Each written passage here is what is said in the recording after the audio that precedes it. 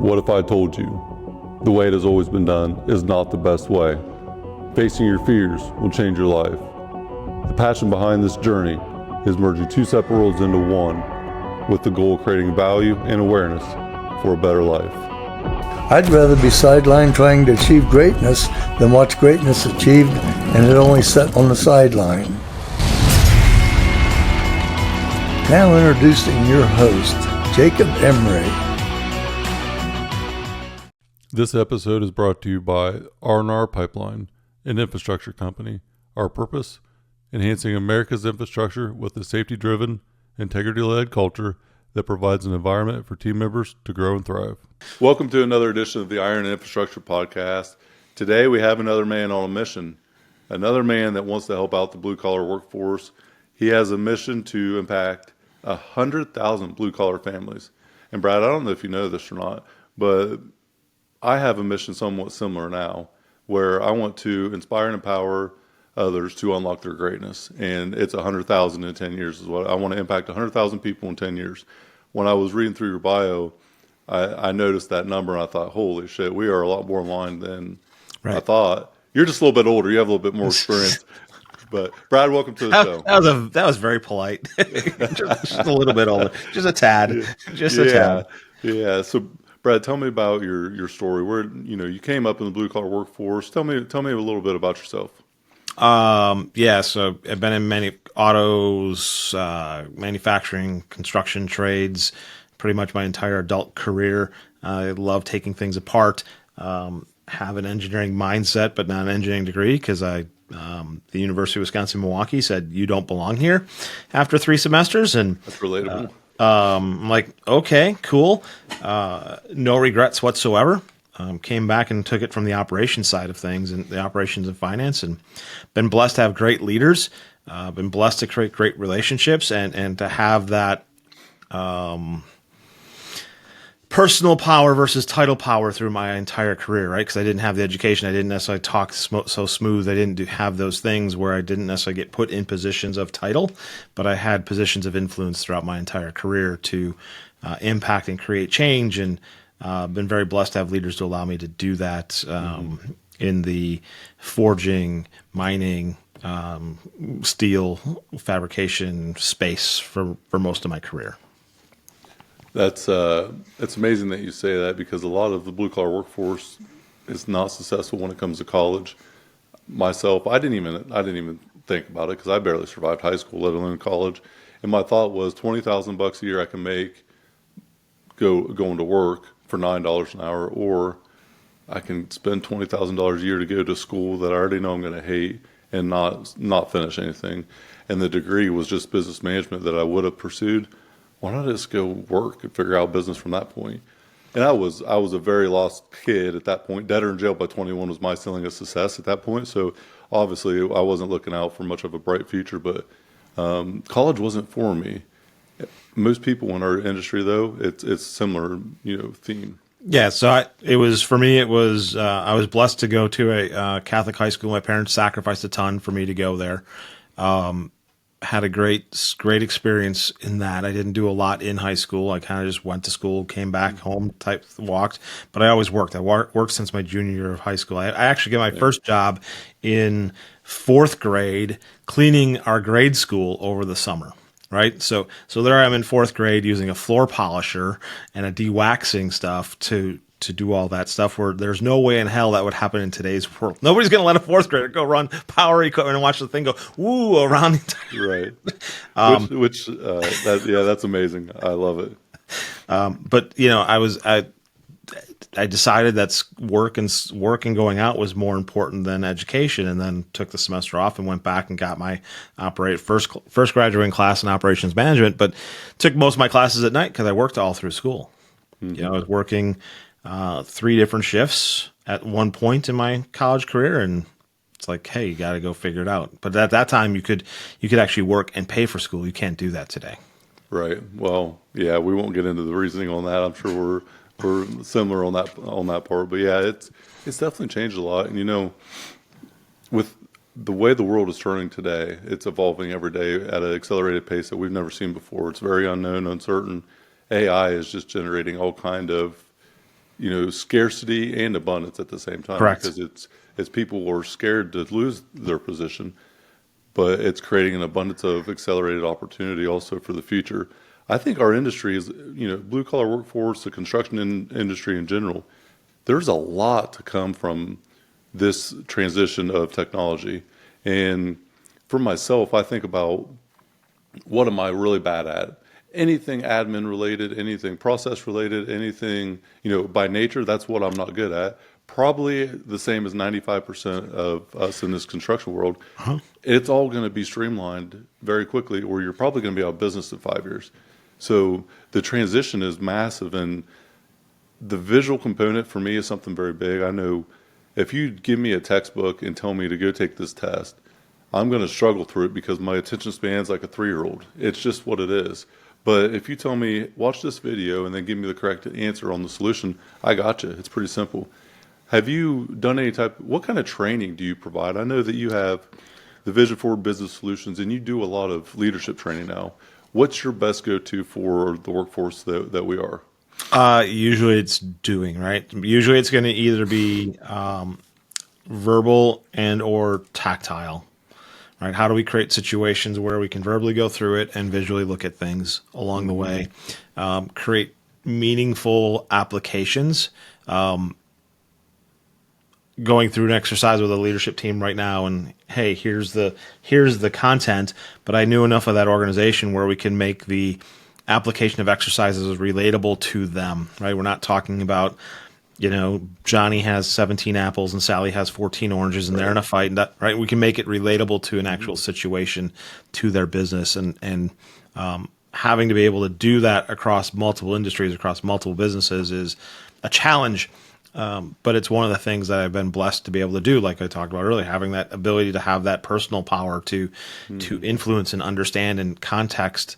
When people tell me what's going on, I can connect the dots and potentially say, look, here's a potential area. What about this? And then people's ears perk up and go, I never thought about it that way. Because it's from that outside viewpoint. And then we have that conversation of one-on-one, because we're all humans at the end of the day, and we all have our own individual behaviors and our own individual styles. And to put you and sit you down in a classroom setting to sit and talk for 3 hours over disc profile or something ridiculous, yeah, you're out. But it's amazing. Go ahead. Do that take you to a job site and walk on the field, walk around the job site with you and see the interaction where maybe you go after one of your guys and I see the reaction of what happens. I can create that instance and say, hey, Jacob, why do you think he reacted the way he did after you yelled at him or busted his ass and he just kind of slouched and walked away and he was demotivated all day? Why do you think that happened? Oh, because he doesn't, right? We can have that conversation that way and make it real and instantaneous. Communication and documentation, the two words that I hang on to. It seems like with every issue, it goes back to that when it comes to an audit or, some type of process failing. Process, people, pricing, the 3 Ps for me are the things that we really look at, or I do at least. And majority of problems come from process, people, pricing. And a lot of times it's just process or people. But it all starts at the top. And leadership is about the accountability from the person that's in charge of all of it, the owner or board or whatever it is from the business. If the person that's in charge is not willing to be wrong and admit when they're wrong, take it on the chin and showcase leadership through vulnerability, I think it's transformational leadership to be able to say, hey, I screwed this up really bad. Here's what I'm going to do to make sure it don't happen again. This was the information I had. This was my intent. And this is why I made that decision. Now I'll never make that mistake again because it was bad for business. I have the 3T leadership is what I call it, but there's a transformational leadership, there's a trained leader, and then there's just a terrible leader. A terrible leader, I think, goes for what it is. It's just a shithead that's looking to cut corners to get their own personal, agenda met. A trained leader is someone that wasn't naturally a leader, and they are concerned about the team success. But as much as about the team success, it's really about how can I succeed myself because of what I helped the team do. So they have leadership ability, but they're really helping just for their own personal sake.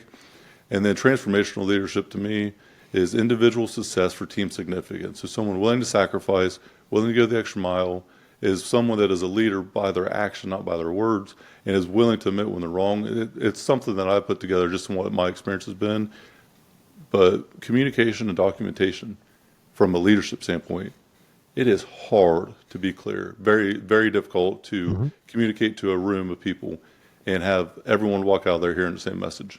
Right. I mean, if all your guys, if your entire team was in your office or studio right now, and you told them to go from the office to the nearest McDonald's, and you have 10 people in that room, there'd be 10 different ways to make that all happen. Yeah. In your mind, you have it in one way, down the one exit, down the one thing, and that's the way you want it. And as a leader, you got to be able to find a way to communicate those expectations of, do I want them to wear their seatbelts? Do I want them to press the button 15 feet away from the car to unlock the door?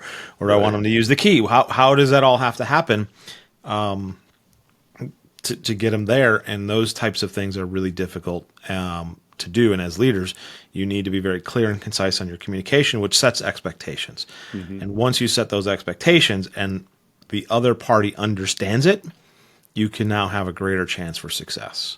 And the key there is understanding those expectations, but you got to be clear in doing it, not just go get it done. So I put together a framework, and I call it delegation due diligence. And delegating some sort of task or anything to someone is a very, very finite, transition to hand that thing off because of, is there clarity with it? Is there actual, the reality check of that passing off and not, did you delegate or did you advocate it? And so delegation due diligence, make it clear. So clear is clarity, learn, end date, advocate, and roadblock. So clarity, did the person know 100% what to do? Did they know how to do it, or did they need to learn something with training? Was there a clear time frame established, an end date? Did you advocate it or delegate it? So did you advocate? Did you check in with the person's current workload, or do they even have the capacity to do it? Was that even a consideration, or was there an incentive in place for that to become a priority based on their current state? Were they incentivized or motivated to do it? Understanding that, and then the last one is the roadblock. Right. So you can have all the talent, the best crew, the best team in the world, but you can't go put in 500 feet of pipe, Brad, if you don't have fucking pipe.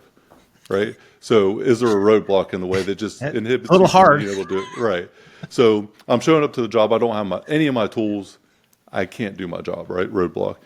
Just establishing that for myself is something that I've started giving our leadership team insight on, and it just takes all the guesswork out. So when you have someone that doesn't do what they're supposed to, using this framework, and I have like a sequence that I have questions asked on, but it takes all the liability out of that personal, feeling that might happen or that reactionary thing. Because it's not hey, you fucked this up, you're a piece of shit, you did this, you didn't do that. No, it's, hey, we had this agreement that this should be done. There's a discrepancy. I want to make sure it don't happen again in the future. And this is what I'm seeing. Let's talk through it. Correct. And you just outline the discrepancy of what should have been completed and not the person. I don't know from your experience if that's been a thing or not, but 100%. So I use a lot of E-Myth structure on there. Oh, yeah.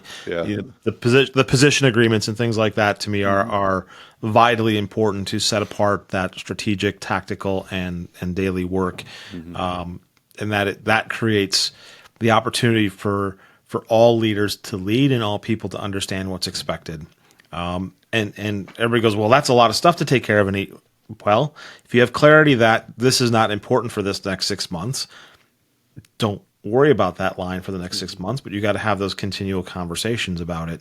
That, hey, you know what? I'm not worried about on-time delivery or something like that. I'm more worried about making sure we get it done from a quality perspective and from a communication perspective. The time is going to be the time. Don't rush through it and put out bad shit. Make sure we get it done correctly.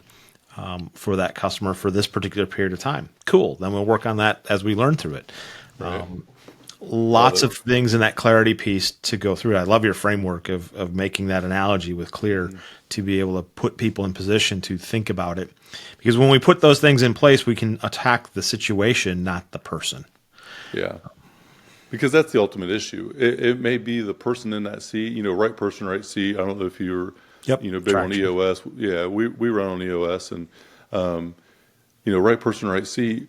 If that person's, I've always said, no matter what happens in my business, it is my fault if someone fails because the person either did not have the tools in the tool belt to go do their job correctly, or they had everything they needed and they shouldn't be there because they were not capable of doing it.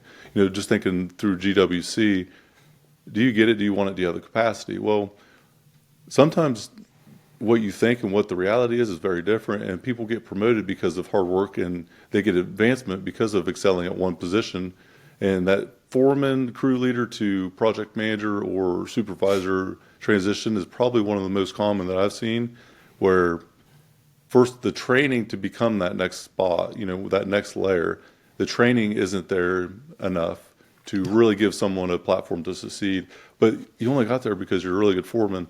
It doesn't mean you're going to do really good as a supervisor. Correct. And that's I saw that happen all the time on the weld floor, where the best welder gets promoted to the to the foreman or the shop floor lead, and the guy's really good at welding, but he sucks at managing people, and then it just creates a shit show. We were in a union environment most of the time, and it's like, okay, once you do that, it's really hard to go backwards. So selections were very difficult and oftentimes very political as well.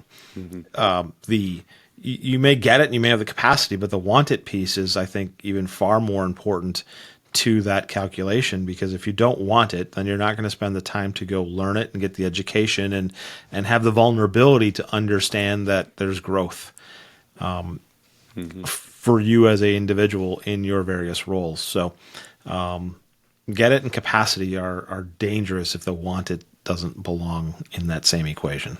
I agree. And if you really want it, then the get it and the capacity will probably eventually be there because you're going to be determined enough to get it. But if you're not willing to put in that extra, I went through a 2-year evolution from 20 to 22 or 23, where at 20 years old, dead or in jail by 21 was my ceiling of success. So obviously I wasn't doing a lot of very good shit. I was doing a lot more bad. Through high school and through the first 2 years at R&R Pipeline, man, it was a struggle. And I realized the pain of staying the same was much greater than the pain of change. And so I had to make changes, but I had no idea what I wanted to do with my life then, let alone where I'm at today. So it was subtle little changes of environment, but I call it the break barriers blueprint. So you have the breakdown. I had to assess my reality, just figure my shit out. Like, okay, I am doing X and I'm going to get Y. Why am I doing, what direction am I really heading? So you have that breakdown, assess the reality, and then take the top 2 to 5 things that you can do to change that are within your control and will absolutely be profound for you if you overcome these issues. And then you have a bridge. The second phase is bridge, where you build a bridge away from that previous life, and you just build a bridge away and you leave all that shit that you had before, you leave it on the other side of that bridge. You got to basically recreate yourself. And then the last part is the build-up, where you really start to establish your lifestyle, figure out where you want to go in life, and then that BHAG goal could be set in place, at least in my situation. Right. So 20 to 22, I went through that bridge, that breakdown, that bridge, and then at 22 years old, I said, you know what, I'm going to buy R&R Pipeline by the time I'm 30. And I was delusional at that point, but call it manifest, call it whatever you want. I believed I could do it.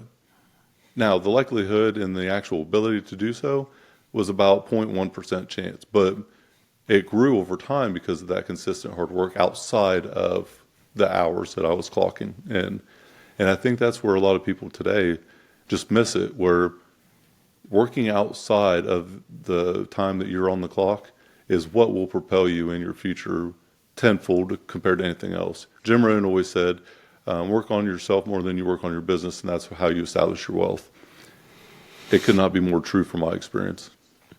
Yeah, I mean, it's and I think COVID changed some of that expectation a little bit because of the work from home environment and different things.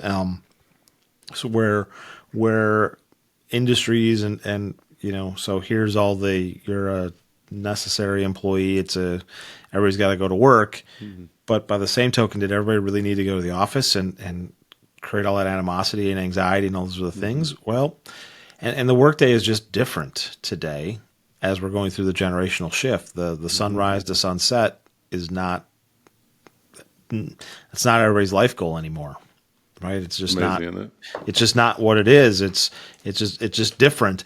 That doesn't mean that it can't happen any faster, because if all the planning, all the things happen, productivity should be far greater with the use of the tools, the AI, the planning, the things, the being able to get stuff together and not wait. Do I see it happening in large construction all the time? No, because we're in this battle between the generations of old way versus new way. And once we get through that phase, I think these larger construction projects that have these massive overruns and all this stuff will start to be a thing of the past, because it'll be so planned, so known, so opportunistic that yes, we know what that variable looks like along the way and we can plan for it, versus no, you get one day to go lay 500 feet of pipe in the schedule. And we all know that that's completely unrealistic. So it's your fault the thing's behind now. You know, you said something that kind of sparked a thought for me. Having a measurable on anything, you know, don't talk about. For me, I don't look at things and say, okay, you should do this or should do that. This should be the outcome as a byproduct of the work that we do. So speak in terms of outcomes more than feelings or emotion, or, you know, almost a perfectionism thing where you have this ideal. Speak in terms of outcome. You want a gross profit percentage of this. This is what it's going to take. This is what you have to do. And this is what you get in return for that. Let's go. Right. And it's very clear. Yeah, and too often folks in my industry, they're like, oh well, let's go increase your profits. Well, maybe profits don't matter. Maybe the result of the profit allows you to reinvest in your employees, or to create a 401k, or to go start an ESOP program, or whatever it might be, to go through that. So understanding, connecting the dots as to what the outcomes really mean to those individuals is the important part, to make those connections with staff and team members and ownerships and your leaders. What's driving you may not be the same thing that's driving your operations guy out in the field. And for you to be a great leader, you need to understand what his motivators are. Because if it's not money, or it's not the whip and the carrot and the stick, whatever that is, it might be, you know what, his motivation is time away with his family. Yeah. Cool. Well, how do I do? Well, get this job done on time, and guess what? You can have Friday off, and I don't care, right? And that's the thing. Everybody has their own individual idea of success, and it's okay that no one has the same ideal. I have a dream framework that I present to high schools, and it'll evolve over time. But you know, thinking about your dream, everybody has their own unique dream, and no one has the same too. It's like a fingerprint. It's your own, and no one else has that exact thing, because only you can see it. And no matter how well you explain it, how clear it seems to be, it's only yours. And everybody has their own ideal of success, which is just like their dream. It's okay, though, that you don't want to be an entrepreneur. You don't want to do this or do that. Very few people want to do what we do. And there's some days I wonder why in the fuck I even want to, because it's not always fun. It's not always pleasant. It's almost, you see Elon Musk and he's like, I don't wish this on anybody. Now, obviously, he's very extreme, but I could understand what he meant, because I couldn't shut off if I tried. It's going to kill me, or I'm going to do it. And that's probably how I'm a very driven individual. And there's a book called Driven by Doug Brockman. I don't know if you've ever read it or not. I've not read it, but I know of it. Yes. I highly recommend it. He actually came on the show, and I interviewed him a while ago. When I listened to that book, I thought, holy shit, Doug, you wrote this about me. I was in the airport in Kansas City leaving an association event, and I remember going through the airport, and I just froze. And I listened to like this 3-minute segment and thought, I have never heard this before, and this guy just changed my life. And then through my network and stuff, I ended up getting an introduction to him. It was a profound moment for me to realize how much different I was. It connected so many dots. And he has a driven assessment, 10 different things, 10 different categories that he assesses you on. And it shows the average American in this circle being a 3. And my lowest score was like an 8. And it was like 2 or 3 8s, and the rest were like 10s. And I was so far outside of the normal box. It was like the aha moment that I understood who I was at that time. And I could not ever explain it before. And it was so amazing to see that, like just that visual. But I talk about the dream, direction. What direction are you heading? And if you're not heading in the right direction, then change course. You need to change the direction. What is the risk? whenever in pursuit of anything, assess the risk of taking it on, but what is the cost of inaction if you don't? So the risk of not doing it, which I think a lot of people end up regretting later in life. Well, they don't think about that. That cost of rare. not doing it is never in their equation. Yeah. It's always A or B, and status quo is never option C. Yeah.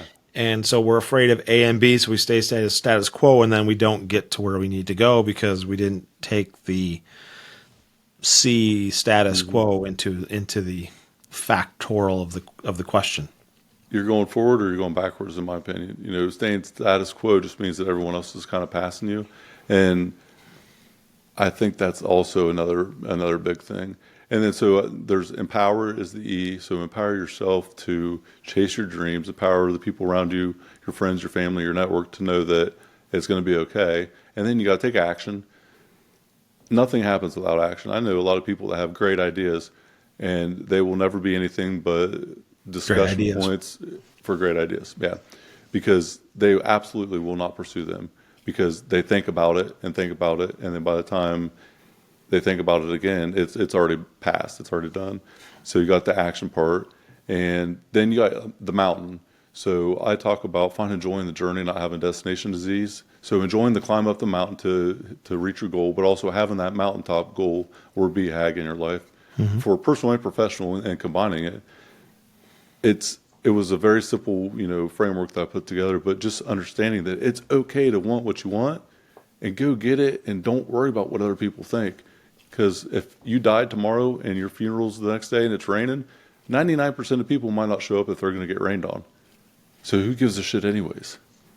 Right.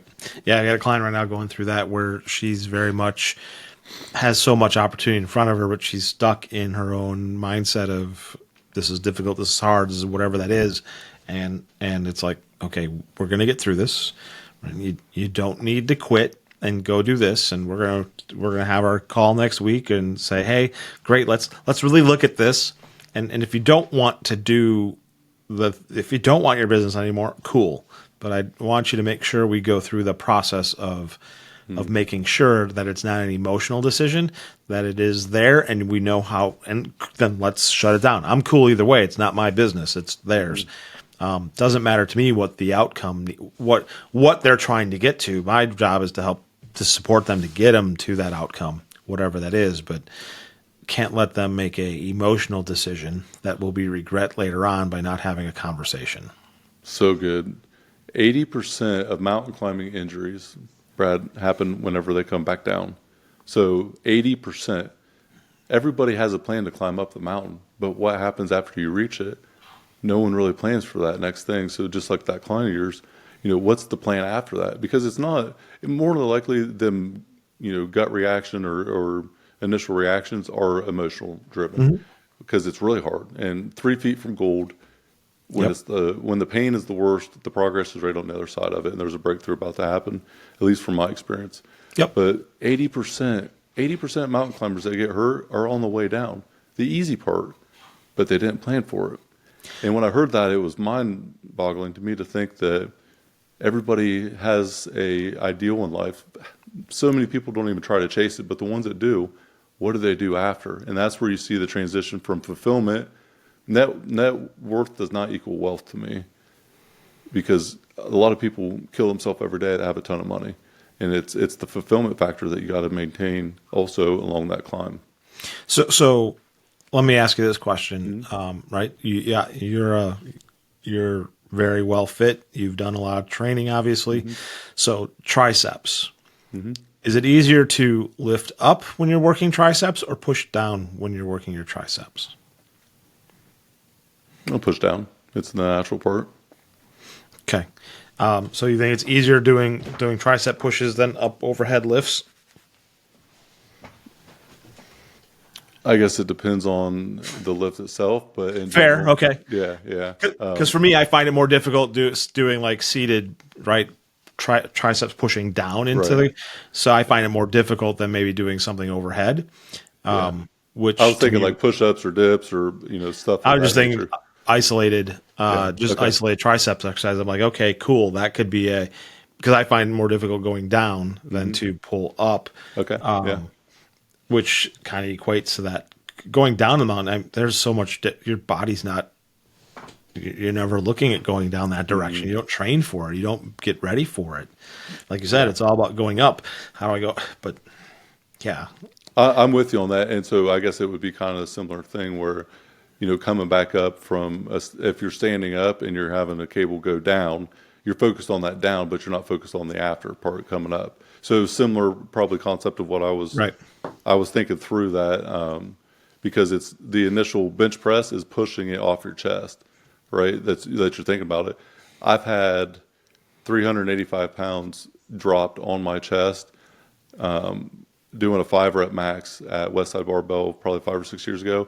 And because I brought it down too fast, so I wasn't controlling the down, I wasn't in control. I was out of control, and I brought it down too fast. So when I came down, hit my chest, and I pushed, my hand slipped out because the acceleration coming down was too much, and it stuck right under here. So them horrific videos that you see where people were like arms out and the bar comes down and hits them, that was me at 385, and I thought I punctured a lung. It knocked me out. It was a whole thing.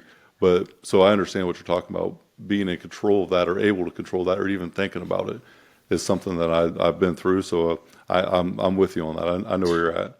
Yeah, maybe it wasn't the best analogy, but I was again trying to. It's making that connection to say, okay, how do we make that down the hill? Because that is the hardest part. I think when we go hiking or different things, when we go on different trips and things, I'm like, the going out is always the easy part. Getting back is the challenge. Oh, let's go out 6 miles. Well, you know what? I got to come back 6 miles too. Yes, you don't think about that, right? It's the second half that's kind of forgotten about. Let's get up to that mountaintop and not worry about coming back down. It's funny in business because, like in that scenario, if you're going to sell your business, then what are you going to do next? And with what you do next, is it going to fulfill you with a purpose and passion? But also from a monetary standpoint, is there another area where you can get that same ROI on your time? Because a lot of people sell their business, then they think, oh, I'm wealthy now, or I'm set. But then they just don't have what's next, and they have enough money to get through it, but not enough money that gives them fulfillment. Right. They just kind of are empty. I know for myself, 12 years to buy on our pipeline, dude. 12 years of everything I had, 6 or 7 days a week, one goal, one focus, and that was it. Nothing else mattered, and if someone was in my way, I was going to run them over. It didn't matter. 12 years for one goal, achieved the goal. 2 days after, depleted. I had never felt so empty in my life, and it was just because of this. I was up on top of that mountain trying to enjoy the view, and I thought I would have fulfillment. I thought it would give me happiness, but I didn't enjoy the climb. The struggle was something that I just embraced, and I did it, but I didn't enjoy it. I didn't be present with it, and so I get up on top of the mountain and I'm sitting there, I'm the fucking man, I'm the king, I'm this, I'm that. And the ownership accolade should have gave me that fulfillment, the external thing, but it was the person I became internally that was able to actually go through that, to get back up after being knocked down, and to be able to climb that mountain. The internal thing of who I became was what actually allowed me to progress to that point, and I didn't realize it till after. I'm thankful that I figured it out, at least decently young, but we've all had goals that we said would make us happy. We've all had things that we said would make us happy, but then we're not happy when we achieve them. So what's the fulfillment now that you're the owner? What is that piece that is there? Is it the people? Is it the opportunity you're giving to those families that you empower today? What is the driving force then? If getting to the mountain, buying it was cool, this is what's driving, and now you're there. Okay, so what's keeping it going today? Exactly what we're doing right now. What we're talking about. I want to. The way it's always been done is not the best way. It is something that I frequently say because of the pride, cutthroat industry that I came from. As far as my tenure at R&R before ownership, I seen what I never wanted to become, and so I was put into no leadership position because of a process. I got there because of will and determination, and so I want people to know that individual success and team significance can be unified for the greater good. Have everyone understand what success and fulfillment feels like, and then I want to impact people the same as you, because I'm not that smart, Brad. I didn't go to college. I barely survived. I'm going to argue. I'm going to disagree with you 1,000% right there, my friend. It's a different smart, but you are smart as fuck. Well, academia would not say I'm smart. My resume is not very good outside of the business side of it now, but academia would say I'm not smart. Let's just say that. But 99% of people in our industry, they are on this bureaucratic hamster wheel of miserable life. I don't find too many people in what I do in the industry that I'm in that have true fulfillment life. And when I figured out when that light bulb for me switched, it became my passion. One thing that I did almost unconsciously throughout my journey, if I want to advance, I have to make sure that I have someone to take my spot. I'm always trying to replace myself. And if I'm not pulling someone along with me, then I'm not going to propel myself into that next position. So think of like a skyscraper. You got a ladder going up the skyscraper. And I always use this analogy of climbing up the side of this building. And you get to a point where you need help because the ladder's too short and there's a ledge that you need to get up on. And Correct. so there's someone up there that you need to find that can help you get there. So you reach a hand out and then you find a mentor or a coach, whatever it may be, that can reach a hand down to help you out. But as you're climbing up and getting pulled up, make sure you're reaching a hand down to pull someone up along with you. So one hand up, one hand down at all times. If you have two hands up, then you're not helping anyone else. And that ultimately will not help you build the establishment the way you want to. So I always talked about. I love that you just gotta analogy. build it. That is awesome. That is a great visual. And I actually have like a visual of that framework because it's so true that true fulfillment to me is helping people out that can never repay me. Mm-hmm. And that's something that when I've been able to do that, the amount of true joy that I got in that, because it wasn't about a transaction. It wasn't about getting something in return. It was about just doing it for the right reasons morally, and the fulfillment and certain people that have, I've been able to help out. It changed my life more than it did theirs. And I realized, throughout that journey, I'm just as passionate about helping other people have their pain points expedited to get over it because of what I went through. I don't want people to go through what I went through. So I want to help other people mitigate that as fast as possible. Yeah, I got a call 2 weeks ago from somebody in the Builders Association that I work with. She said, "Hey, can you come to breakfast? I want you to meet this guy." And guy's only been involved in the family business for 35 years, and father-in-law passed and shutting down the business, and so he doesn't know anything. She's like, "Can you just come to breakfast and let's have a conversation, how to get him through, go forward?" And her husband's like, "Why would he do this?" I'm like, "Why wouldn't I do this? I got a guy that's got all this cool stuff, all this great knowledge and understanding that's been so narrowly focused that doesn't necessarily see his potential and worth to the outside employment market. Hell yeah, I'm going to make the connections and find opportunities and make those things happen and go forward." Do I need to? No. Do I want to? 100%. Oh, yes. Because there is, the dude's story is so tangible to other things. It's like when I was mentoring robotics at the high school level for a decade or so, helping those kids understand that when they go for that interview at college or they go for that internship, that all those 4 years of new product introduction essentially is what we were doing, that when somebody asks you, do you have the experience in X? The answer is yes, and this is how that experience showed up working as a team. This is how the experience went through. This is how those things happen. It's like Eagle Scouts and robotics kids, and the experience is there, but you got to be able to connect the dots and look at it through a different lens other than just, did you do the one thing that I'm specifically asking you? And too often leaders and HR and hiring managers are all so focused on filling the fucking task role into the job description versus, do I have the right person? And it's just freaking annoying. And being able to connect those dots and saying, no, this is the right person in the right seat because they have the right motivations, they have the right intentions, and they're going to fit your organization. Do that because you can teach them the other shit. You keep saying connect the dots, and I just gotta say, Brad, it's one of my go-tos at every given moment because you cannot create a better future for yourself until you create a better past. And just understanding that we are not victims. Everything in life happens for us to grow. You pray for strength, you're going to get an opportunity to get stronger, and it's going to be hard. That's how you get stronger. I had a state of the company address. We rolled it out in January, for after our 2-day annual planning, and I got this quote that I put together, and I want to read it to you because you keep saying connect the dots. And Steve Jobs, I don't know if that's something you picked up from him, or he's someone I've studied a lot because of his ability to take these situations in life that seem catastrophic or useless or worthless, and then, Apple Fonts was created because of him going to calligraphy course, after he dropped out of Reed College. And like, his story is incredible, but these things that seemed like they were going to be setbacks in life end up propelling him to change the world. And so I put this quote together because of the last 2 years. The reality check is it's been a hard 2 years.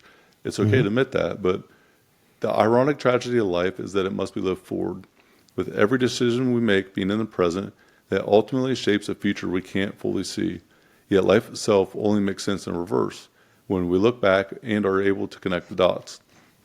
In hindsight, the chaos often reveals purpose, and the pain normally turns into progress. Even when in a moment, when faced with bracing uncertainty, we have to maintain faith, not fear, and trust that the path ahead will eventually reveal its meaning. After I put that together, I can't not read it, because That is so spectacular. so many situations that relate to that. Yeah, it's absolutely correct, right? We don't know what the future holds, but we know that if I were to sit here today, right, I have zero regrets on how I got to the chair sitting here to talk to you today. Along the way, there are so many things that had to have happened for all this to take place to be sitting here having this conversation today. Can I explain how, why, what, where? Can I explain the benefit of what this might look like? Nope, don't know. But all I know is that it was a lot of different electrons, neutrons, protons, all the stuff bombarding in the universe say, hey, let's make this happen. And been blessed in my career to have put together teams that there are literally a dozen people that I have probably not talked to in 15 years, that if I picked up the phone and called them today, it was like yesterday, right? That were on my teams, or that were part of the leadership teams, or whatever it is along the way. And that's okay. And that's where the blessing comes from, in my opinion, because I know that they're out there taking what we taught and what we learned and what we went through, and leveraging that to make their organizations better today, or doing something different, or going forward. And I'm humbled every time I get one of those texts saying, hey, would you be a reference for me? I know we haven't talked in a while, but yep, absolutely, 100%, for sure. Let's have coffee. Let's talk. Let's go forward with it. So that is a spectacular quote that you provided your team, and hopefully they reflected upon it, and they're realizing the importance of all the words that were put together, and the selection of those words was really, really powerful and meaningful. The ironic tragedy of life. Like, you just think about that. All these circumstances that I had throughout my career, the worst stories in life are the ones that are not told. Everybody's story has impact if it's told. And being able to communicate a story and tell a story, and actually, storytelling is an art. And when I started a podcast, my communication was less than shitty. It was bad. And so it's always been chaotic. I'm a 1, 2, 10 when it comes to 10 steps. I go 1, 2, 10. And I speak in terms of outcomes without any complexity or detail to get there. And I see things done before they even get started. So sometimes my brain is just so chaotic. You're 4 miles ahead, and everybody's still at the first step. Congratulations! Right. Yeah. Welcome to most owners. welcome to hell is what I always say, because it's like the curse of knowledge. This bias that we have cognitively, that everybody understands the world the way we do and thinks the same. And until you figure out that everyone else is not like you, the driven individual is a very rare breed. It's a very small percentage of people. What's even more rare is someone actually does something good with it and doesn't end up a drug dealer or in jail or prison. Most people that are driven don't really go into entrepreneurship, and if they do, they become addicts themselves eventually with burnout, because they can't find peace or control it. It's very interesting to think about complexity in our industries, though. Complexity is something that I am so much about simple. I don't want something to be complex, because shit is complex enough. Business is hard enough. Let's make the easy things easy, hard. Easy, hard, not hard, hard. Complex situations have no no worth to me. I don't want to add anything into our business. I want to subtract, and what we can subtract and consolidate, we make more efficient and better. So, oh, let's just throw this sheet or this thing or that thing at it. We are going through an audit on our tech and looking at all the platforms that I've implemented myself. Like, you dipshit, you got 4 CRMs that don't even use the CRM part of it. It's like, it doesn't make any sense. Simple scales, complex fails. And I know that you are big on streamlining operations, ensuring the smooth transition, and simplifying a lot in business. Talk about the biggest thing that you see as far as complexity and why it has no reason, or what's had no reason for what you've seen in business. For me, it's just inputs and outputs. And too often we don't want to have the conversation about what the next person needs or what you need to be successful in your job role, and asking the difficult question of why is it there? And historically, the extra steps get put in because of something failed. The complexity comes because there was a problem somewhere else. So then that problem comes in, so that we're going to add the extra inspection. Oh, well, we're just going to inspect everything. Well, no, we need to only inspect 4-inch full UT welds along the way. We don't need to inspect every freaking weld on everything to make sure that it's all this, all that. Oh, no, we have to inspect everything. This is what it. No. Where did it say that? It just morphs into something along the way. Instead of creating the exception and knowing what the exception was, it becomes the rule because, well, then it just is so much easier. I'm a firm believer that the process is always the same. The answer to the question creates the complexity or the scope of the current situation. You put pipe in the ground, right? It's the same thing every time you put pipe in there. I got to dig a fucking hole. I got to put the pipe in. I got to connect it. I got to fill it back up. Yep, done. It seems relatively simple, but it's not. I know it's more complex than that because do I have environmental issues? Do I have a garter snake that I got to worry about that's an endangered species? Do I have Mother Earth always wins? Mm-hmm. Do I hit bedrock? All those things create the complexity to the job, but at the end of the day, the job is relatively the same. Mm-hmm. Absolutely. And that's how I kind of attack that as like, great, what's the process that you need to go through? Not that every job is so unique that everything is chaos every time we do things over and over again. So that's one of the ways I attack it, because then we can talk about the inputs and outputs to make it standardized as to what's required and get those decision points of, do I need a permit? Yes or no? Not sometimes I need a permit. Well, just make it part of your process. Answer the question. And if you said no, great. At least somebody made a conscious decision to say no. Love it. I love it. Having a playbook for your business is something that is a non-negotiable to have a good business. So if you can't describe what you're doing as a process, and you don't know what the hell you're doing, I think I was Edward someone, I forget his last name, that said that, but describe what you do. And like you just broke down the process for putting pipe in the ground. Why do you need to understand that? Because at the base level, there's always going to be a way to do a core process. And then there's going to be supporting processes under. So you have a core process of 5 steps. There's going to be 1 to 5 bullet points under that, and then you get to the SOP level. Mm-hmm. But you got to have that basic framework of how you do business in the key areas of your business. And it needs to be universal. Everyone needs to know it.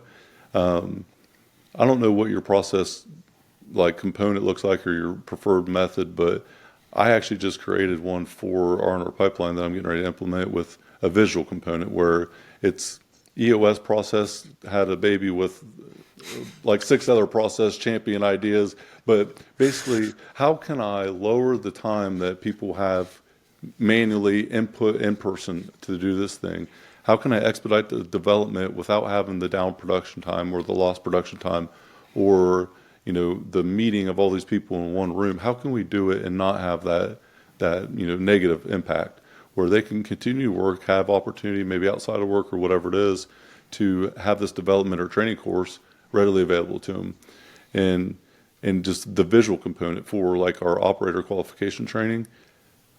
I suck at taking tests. The testing is getting more complex. What we do is getting more complex. But the simple steps in what we put, like putting pipe in the ground, let's focus on these big tasks that are the most dangerous. Live natural gas setting, tie-ins, different things of that are very complex in itself. Let's eliminate human error and make it as simple as possible, but also the training ground for which we have, make that training ground replicate your environment. And so it's a transition right now that we're going through the next, phase of.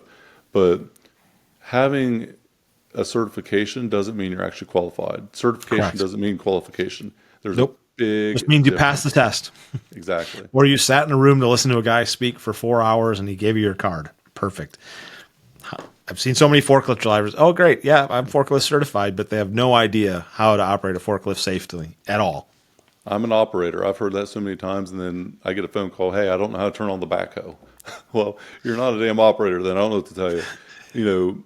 The operator one is one that we've seen a lot where people come in and say that I'm an operator because I've moved a piece of equipment off of a truck before or off of a trailer before. And it's funny whenever that's said and then get out there and like, oh shit, you need to give me the keys because you are not an operator. There's something I've also seen too. It's three different types of people in the industry that we're in. There's the arrogant, cocky, outlandish BS. He always has the right answer or always has a answer. Whether it's right or wrong, you'll probably never know. But always has, it's just that guy. The guy that you can't stand, he's a loud mouth and he just pisses you off to no end. And then there's the other guy where, the first guy is one that has way more outspoken value, but actually doesn't have that value. He is more of a wannabe. The second person is the one that's more conservative by nature, undermining themselves because they are humble, but they are humble to the point of a detriment because they don't recognize their own value and they get passed by because, they're maybe not aggressive enough or not, outspoken enough. So they have a high value, but they don't recognize their own value. They have a stack of I told you so cards because they didn't voice their opinion. Right. And then there's the third person who was probably one or two and then figured out the reality of who they are. So we're never as good as we think we are, and we're never as bad as we think we are also at the same time. But understanding who you are is extremely important for the vision you have for your life or where you want to go. And self-awareness is something that most people left at the door when they walk into the business room to sit down. You got to understand the temperature of the room, dude. And I'll tell you what, so many people that I have talked to are so blinded by their own arrogance that they can't see what's right in front of them. And I don't know if you've experienced this a lot in the industry. I'm sure you have, but man, it is something that sets a lot of people back. And then ultimately they never understand why they don't succeed. Well, yeah, I work with business owners who are they're the owners of those businesses. And it's like, well, who are you to tell me what to do? I'm not here to tell you anybody, but I'm here to ask you some questions and just go forward. And if you don't like the questions, then that's on you. That's not on me. You're the one that asked me to support you on this process to go from A to B. And I know it works. There's results along the way that says this what we do works and it can provide value, but you got to be willing to do the work to go through it. And is it going to be fun? No. Is it going to be challenging? Yes. Are you going to be pissed about it? Yes. But if you don't want to do the work, then there's nothing I can do about that. If you don't want to do the work, which tells me that it's not important to you, then let's just separate and move on. And it's all good. No skin off my nose. But the humility of understanding that, hey, this isn't always the right thing to do, and having the ability to go, that is different. The worst answer ever is, well, that's the way we've always done it. Oh my God, yeah. Or the worst answer is, we can't do it that way. Right? So very simple 5 why process. We can't do it that way. Well, tell me why. Well, because George doesn't like it. Okay. Does George run the jobs all the time? Well, no, George only runs this particular job. Okay, cool. So George only runs those jobs. So why can't we do this with all the other jobs? Well, because then George gets pissed when he shows up and he's part-time help on those jobs. Okay, great. I don't give a shit about George. That's fine. He's going to have to adapt, right? If you have a bunch of other young guys that want to do it this way, and they're concerned about their safety, and they want to tie off on a roof or they want to tie off somewhere, then where the then tie off all the time. Mm-hmm. Well, George thinks they're pussies for doing that. Well, I don't care what George thinks, because if somebody falls George off the is roof, fired. Thank you. you don't, George just got you fired. don't Not have a somebody else. business if somebody's Yeah. falling off a roof somewhere or Right. not being tied, or you got a $15,000 OSHA fine coming because you weren't tied off on a man lift somewhere or whatever it is. Do you not see George is you're letting George run your business, not you? Can you not vision this? Yeah, that is such a good analogy because, there's so much resistance to change, but change is the only thing that propels anyone to fulfillment to me. If you're always saying the same and doing things the same way, then eventually, I don't even want to say boredom, but just complete lack of purpose. I think today's society, if I had to pinpoint one thing that has depression and all this different, like mental health issues that are out there, what is the driving force of that? To me, it would be the lack of purpose and the lack of quality production in life. What are you doing with your time? So if you have X amount of time put into something and you have zero outcome, that's just going to show you that you have no purpose. And then when you face that reality by looking in the mirror, Brad, life is a mirror, not a window. So before, criticizing someone else or shitting on someone else or cussing the next guy out, look in the mirror first, because I promise you, most answers can be found in the mirror if we're being honest with ourselves. And it's So I got a question. Mm-hmm. I got a question on that just for a second, right? Yeah. So you got somebody that's putting all the time, doing all the things, they're not getting anywhere. If they're that individual contributor, how are you, or what are you asking them to do? Because they might be putting all the things in and it gets to the certain part and the leader's stonewalling, or the leader's not willing to make change, or the owner's not willing to do those things. How do you then, in your mind, that person, what do you make or take or suggest in that scenario? So they had a clear plan to get to a certain point. They do all of that, then they don't get it. Well, or their leader is stonewalling. They're putting all the effort in. They're doing all the work. They're making all the changes, but it gets to a certain point in an organization structure where it just dies, right? Because the leader's not willing to move the needle or take the risk, or they're on the same page. I mean, I would say assess what the leader's doing. From first thought, it's the person leading that other person. It's accountability from top to bottom. So if you think of this unified organization all going in the same direction, the ownership box all the way down to the person that just started with a shovel in their hand, everyone should have clarity about what it looks like, where they're going, why they're going to get there, how they're going to get there, and then there should be open and honest communication about it. And if someone is doing all the things they are set out to do, they are accomplishing all the things, but they're not getting the result, it's who they are reporting to that's probably holding them back, in my personal experience. But as that individual contributor, right, when we talked about the guy that in the field that might not be holding each other, right, they're just holding themselves back. That's always the fun part going through transition and things, is when that person's empowered enough to say, hey, I'm out of here.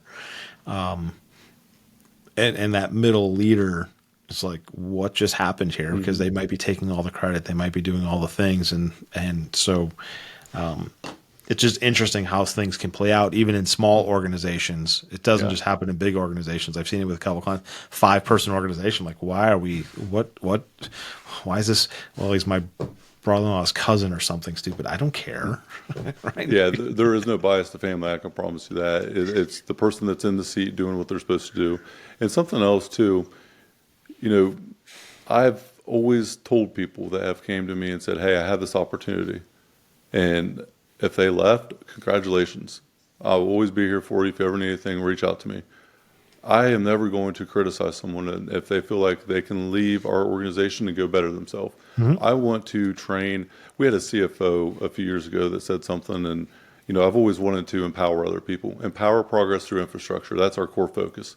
And so to empower progress through infrastructure, personally and professionally, that means that we're going to develop everybody on the team. We want everyone on the team to have development as a key part of what they do.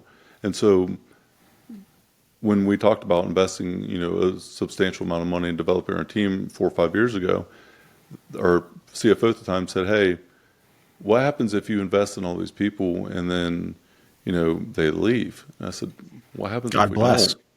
Right. What happens if we don't? I want them to be able to go accomplish anything anywhere in the world and be so dedicated to the purpose here that we have and unified because of the way that we treat people and what we allow as opportunity and the flexibility and freedom and just how we do business, that they never leave.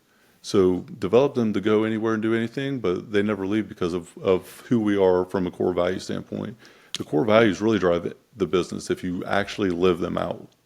100% agree, right? Your job as a leader is to empower everybody to maximize their potential. And that's if your organization caps out to their potential and they have to go somewhere else, that's okay. And you should, because who's to say that, somebody needs to leave to go out to Arizona for a sick parent at some point or a grandparent, and they have to relocate. And your job is to make sure that they can go wherever they relocate to continue the same lifestyle upon which they had with your organization. And too often leaders forget about that, and they're in that scarcity mode of, well, if we lose them, what's going to happen? Well, if you don't lose them, what's going to happen as well? Because great. So we got all these C players sitting in here, and we're just buried in mediocrity along the way. That is not a good place. That is not a sustainable business model. That's not a good business model. Yeah, definitely not good. And how you treat people shows a lot about just who you are as a person. So, how you view things is how you do things. If you view the situation positive and you treat someone good in spite of a bad situation, it's probably going to turn out pretty damn good. But if you just treat someone like shit and constantly hound them and beat them up and tear them down and never pick them up, they're not going to sit there and continue to take it and do better. I had one of the most paradigm shattering things for me as 23-year-old foreman. Friday afternoon, we have a job to finish, snowstorm moving in, and I'm riding the asses of everyone on this crew because it was starting to get ugly. It's starting to get dark out. It's freezing rain, and we had to finish what we were doing, or we were in a really bad, shitty situation. And I'll never forget an older gentleman that was very experienced. He was just an arrogant, loudmouth drunk, but he was very experienced in the industry. And so he was probably, 55-ish, and I was 23. So he'd been doing it longer than I've been alive and let me know about that frequently. It was a Friday afternoon, and I go over and I'm in his ass, disrespecting him up and down. And this was one of my first 6 months, of being a foreman. And after I gave him, orders of what to do, I hear the piece of equipment shut off. And I'm like, what the fuck? I run over. I'm like, what are you doing? And he comes up. And I'm 6'3", 240 pounds. And he's about 5'6", 130 pounds, soaking wet. And he pokes me right in the chest. He says, big guy, if you don't like this speed, you're not going to like the next one. Let me do my damn job and leave me alone. And I was absolutely speechless. He taught me such a valuable lesson that day, because ever since then, I've realized that was the turning point for me, that I was becoming a product of that environment that I had been raised in, and I wasn't going to continue to do that. And so I was making it worse on him, which ultimately was making it worse on me, because I was pushing him down, and I was really shoving the accountability onto him when it was my fault for being in that position. Right. And that moment was huge for me as far as a learning lesson. And so did that relationship change over time? Did you get his respect at some point? Yes. So, and what I started doing was clearly communicating expectations. Unspoken expectations are predetermined resentments. So if you don't speak your mind, but you have an expectation from someone, you're going to be fucking disappointed. There's no doubt, because they don't know what you're thinking. And if you don't speak about it, then how are you, even expecting someone to do it? It changed it took probably a couple, 2-3 months to get their trust back. After I did, though, it was part of the reason my growth accelerated so much, because I understood how to manage people a little bit, just a little bit. But I understood what not to do, because it wasn't what I was taught, it's what I caught, in the 5 years in the field before being a crew leader. And it was very subtle change, but very powerful, compound effect of that. Communicating every day on the way to the job instead of on just the pre-job briefing. Everybody knew exactly what we were doing. I would talk about the billing structure and how we were invoicing and doing the billings from the field to the office. So when it was time for me to take that next step to the operations manager, we already had foremans lined up that I had accidentally somewhat trained along the way, just by showcasing them how to do what I knew how to do. Which goes back to all of the right? Your analogy of the hand up, hand down scenario. You may not have been aware that's what was going on, but that's what was happening. So my life has been a series of three phases. We have, the iron and infrastructure came from the iron foundation of running heavy equipment at 5 years old. I have a video. It's fucking hilarious too. I'm running a 490 John Deere. I'm 5 years old. My little feet are dangling off the floorboard. Can't touch it. My arms are extended out all the way to even touch the levers. I'm digging a hole for the first time, and I have a smile so big you can see the smile outside the cab of the hoe. And then, I grew up. I was overweight. I was fat. I was picked on for the majority of my childhood up until even high school. Being insecure and overweight was a serious issue of mine. My two biggest fears in life, Brad, were having my shirt off in front of other people and being in the spotlight on camera like right now, or speaking engagements, putting my hand up in class. I'd about shit my pants. So the two biggest fears that I have in my life, I face them every day. And throughout that journey, the iron foundation was the equipment and the weights. But the third part of my passion is helping other people, and it was a byproduct of everything I went through from adversity. The adversity just created opportunity for myself and others that were there around me, and it took me a long time to figure it out, but now that's where my passion's at. So I'm actually getting ready to launch a coaching business, and when we get done recording, I'd like to pick your brain a little bit on that. But, Yeah, absolutely. I just want to inspire and empower other people to unlock their greatness, because your story is amazing, and I'm just grateful to be here to share this time with you, and that you're willing to have the conversation and share. Right? I mean, you were on our show talking about some of the similar things, but just greatly blessed to have crossed paths, because you are definitely somebody that I can then say, hey, guys, go look at this. Go read Jacob's story. Go look at what's happening. Yes, his bio might not be there, but just go see what's there, because this is what is all possible for when you do things in a now, is there an easier path? Probably. Could be, right?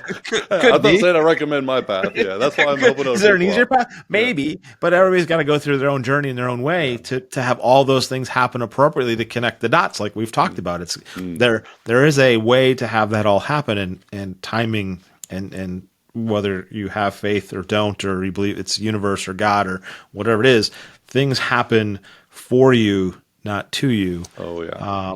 Along the way, and you just need to open up to recognize those situations. And when you get really uncomfortable, then you know it's right. Yep. Right? It's when you're uncomfortable that then you know it's the right thing to do. When you are sick in your stomach and there's spidey senses of like, ooh, then it's probably not the right thing to do. We've been the human body is very good and astute at picking up those things if you just listen. Yes, facts. Being present is a gift, and even when it's painful, being present and embracing that moment is something that, for me, has helped me get through the moments a lot easier, where you just, you're not really in the game, Brad, until your head is in your hands, it's 2 a.m., and you're awake, and you can't sleep, and you have no idea how you're going to get out of this thing, and it just seems like it's impossible to get out of it. And you're thinking about the end, but really you just need to think about the next day, the next minute, maybe the next second, the next step. Just got to get that one step forward. Just keep moving forward just a little bit, and eventually it all does reveal at the end its meaning. And the most successful people are successful because of the amount of failures they overcame. You don't hear people talk about all the glory and the wins as much as the learning lessons from the adversity that actually got them there. Faith and fear both demand that we believe in something we can't see. We just have to make the choice of which one it is. I'm not gonna lie. The first 2 years going out on my own doing this stuff, there were days laying on the floor in the fetal position, going, "What the hell did I just do to my family?" Right? Yes. It's just like, okay, great. And that is a true story. That is fact. That is not just elaborating for the sake of elaborating. It was true fear of what the fuck did I just do, and why could I do what I did for everybody else but not for myself? So and that true. was a big, it took time to get through that. And everybody's got their own shit, and everybody's got their own journey, and everybody's got their own time. And all the triggers are different but similar. And it's just a matter of where everybody is on their journey along the way, and then being able to respect that. along the way is the important part, because you have staff members, you have employees that come in and they're just very different parts of life, right? Yeah. They've got young kids, they got old kids, they got no kids, they got, they're getting married, they're not getting married, they got parents who are sick, they got parents who aren't sick, they don't have parents, they have 5 parents. Through all the divorces and different things, who knows? But everybody's life is different, and we've got to be able to adapt and appreciate all those situations and get out of our own way from a leadership perspective to accept and embrace. That doesn't mean change and ridicule, and it doesn't mean that we have to. Doesn't mean we have to like it. We just need to understand it. Yeah, yeah, and it's that's so good. You think about the Michael Jordan Bulls; they were the most dysfunctional group of humans to ever come together to create the greatest dynasty, in my opinion, that's ever been, because of a leader that was willing to navigate through pieces and parts the dysfunctional, like Dennis Rodman and all these different characters that came together for one mission. And kind of like the gym, you walk in, the iron does not discriminate. It don't give a shit about your feelings or your opinions or anything. It's 45 pounds is always 45 pounds. When you talk about a team in business, embrace the people that get it, want it, and have the capacity, that are the right people for the right seat, that are taking that mission on, because we're all different and it's okay. Me and you might have different opinions. It's okay. It doesn't mean I'm right, you're right, or we're wrong, but it's about the greater good. And that's the part of society that I think the last 6-7 years of at least in the U.S. has created this divide of right and wrong versus conversation and debate. The willingness to have a conversation, the willingness to have a debate, the willingness to discuss the merits in both directions is so far gone right now that it's important to bring that back for our Gen Zs and for the Gen Alpha behind us, behind them, in order to have the industries and the trades and all that stuff to be successful. Because if we just allow right and wrong, we're not going to have an industry left anymore. Open and honest communication. Wow. Just understanding that reality where you're talking about something that's hard to discuss. We're being open and being honest with you about it. Can you receive that information and not make it emotional, reaction to it? It's hard to get that level of trust with other people, especially someone that you might not know that long, or, an age gap. But I'll be damned if I'm ever going to hide something because of someone's feelings toward it. If I'm being open and honest with, factual information. Normally facts, people get offended by facts. The facts are the facts. Right. A fact is information minus emotion. An opinion is information plus experience. Ignorance is an opinion lacking information. And stupidity is an opinion that just ignores facts. Right. The fact is, I'm paying you $32 an hour to do this job. My opinion is, the employee's opinion is, I should be making 42. Well, the fact is, to make 42, you need to be doing these things on top of what you're doing today. Yeah. Good enough is a reality check. It is not a feeling. Show me your stack of wins that say you are that person. What's the problem? But building out the infrastructure, which is why the E-Myth thing is so important, is how do you build that structure out? Because in our heads, most employers know what 16 versus $40 an hour looks like, but they cannot define it. Yes. We know what it looks like, but we can't define it. So when that 18, 19-year-old kid comes in and starts out at 16, there's no path to get to 40 because we've not clarified it. And it's usually either we like you or we don't like you, not what can you do from a results-based perspective to make that happen. The outcome, yes. And the production value versus the wisdom value, that is a formula that I'm working on in the back of my head to figure out how to articulate that, to say, okay, here's, if this was based on production, what would you pay them? Now, can I add wisdom to that for time and seat? I'm trying to figure that is my trades, construction, world, blue collar. How do we make this happen? Not that, George, who's 59, 60 years old, is making $62 an hour, but can only make one piece every 3 days. And Johnny over there is making 17 pieces and making $18 an hour. Johnny's not lasting very long when he sees George making $60 an hour. Right. I got one more quote that I put together, and then I'm going to give you the last word, and let you plug the Blue Collar BS podcast because I have a lot of respect for what you're doing. But develop the people who deserve it, not the ones who need it. This is how life works. Life doesn't respond to what we need, it responds to what we deserve. So view team members as a part of a dream team and not a family.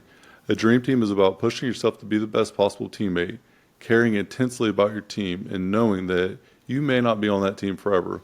While this may sound harsh to the team, it is really placing a higher standard on leaders and ensuring they do a regular inventory of their teams because people are a company's greatest asset.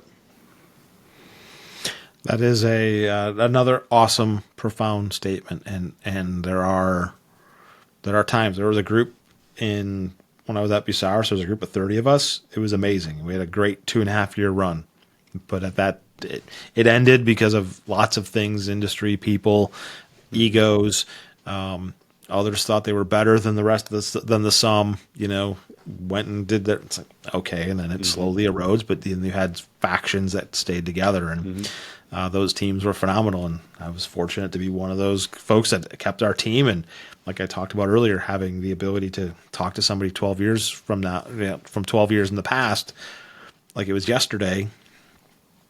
That to me is one of my greatest, proudest things from a leadership perspective is people wanted to be on our team, and people respected what was going on because we knew we had their backs. And like we've talked before, it's their success, your failure, right? All the success is on the team. Anything that fails is on the leader. Absolutely. And that approach is to me non-negotiable for leadership 101. Extreme ownership, absolutely. Yeah. Brad, it's been an absolute honor to have you on today. I really do appreciate your time. Tell the audience about the Blue Collar BS podcast. You couldn't have a more epic fucking name for a podcast too, by the way. So let's just establish that. But tell everyone about your podcast, and then I'm going to give you the floor for final thoughts. Yeah, so the podcast, Blue Collar BS podcast, it was going to start out as two guys talking shit, but we didn't think that was a good name. So my co-host Steve and I, we're both in this coaching, training, mentoring industry. We're both out of manufacturing, construction, and trades, and the fact that we can't find good people is an excuse, right? When we listen to owners complain about we can't find good people, that's an excuse. There's literally tens of thousands of great people out there looking for employment, and being able to break down that generational barrier of things of kids don't want to work, this and that. I'm sure you've been profiled based on your age and body, all this other stuff, and all right. And it's not right. It's not fair. So the show is creating opportunity for all leaders to understand that there's different ways of doing things. And there's different ways to attract younger talent. There's different ways to retain older talent. And talk through those generational differences along the way. So the BS also stands for Brad and Steve. It also stands for Business Solutions, as we were identified. We had a guest ask us, well, what's the BS stand for? And we said, what do you think it stands for? He said, Business Solutions. Great. It's you read the bio. Congratulations. It's like, so to your point of how things just happen, the name came out of just that scenario of Steve and I want to just talk crap to each other a little bit. But it's Brad and Steve, Business Solutions, and truly talking bullshit about things as well and having fun at the same time. So right, I love it. Life is too short not to keep it light and fun, along the way. So it's gonna have its seriousness enough in itself without trying to create that. So, Brad, thank you once again for your time today. It's been an honor. I really am excited to see how many lives you transform, and it's pretty crazy to think about how aligned our missions really are. So I'm looking forward to collaborating with you more in the future, and I do appreciate everything. Congratulations to you and all your success and how you are taking your mission seriously and impacting those around you. I'm optimistic that those around you see that and understand it, and recognize the value that's being provided to them today without having to go look around, right? Everybody thinks the grass is always greener. It's just different grass. And sometimes you get great teams for a short period of time, like you said, and enjoy the run while you have it, and then plug and play as you move forward. The grass is greener where you water it, my friend. That's what I always say. So invest in the people around you that are there, and your grass will be plenty green. Awesome. Thank you so much. All right. Thanks, Brad. This has been the Iron and Infrastructure Podcast, and we are out.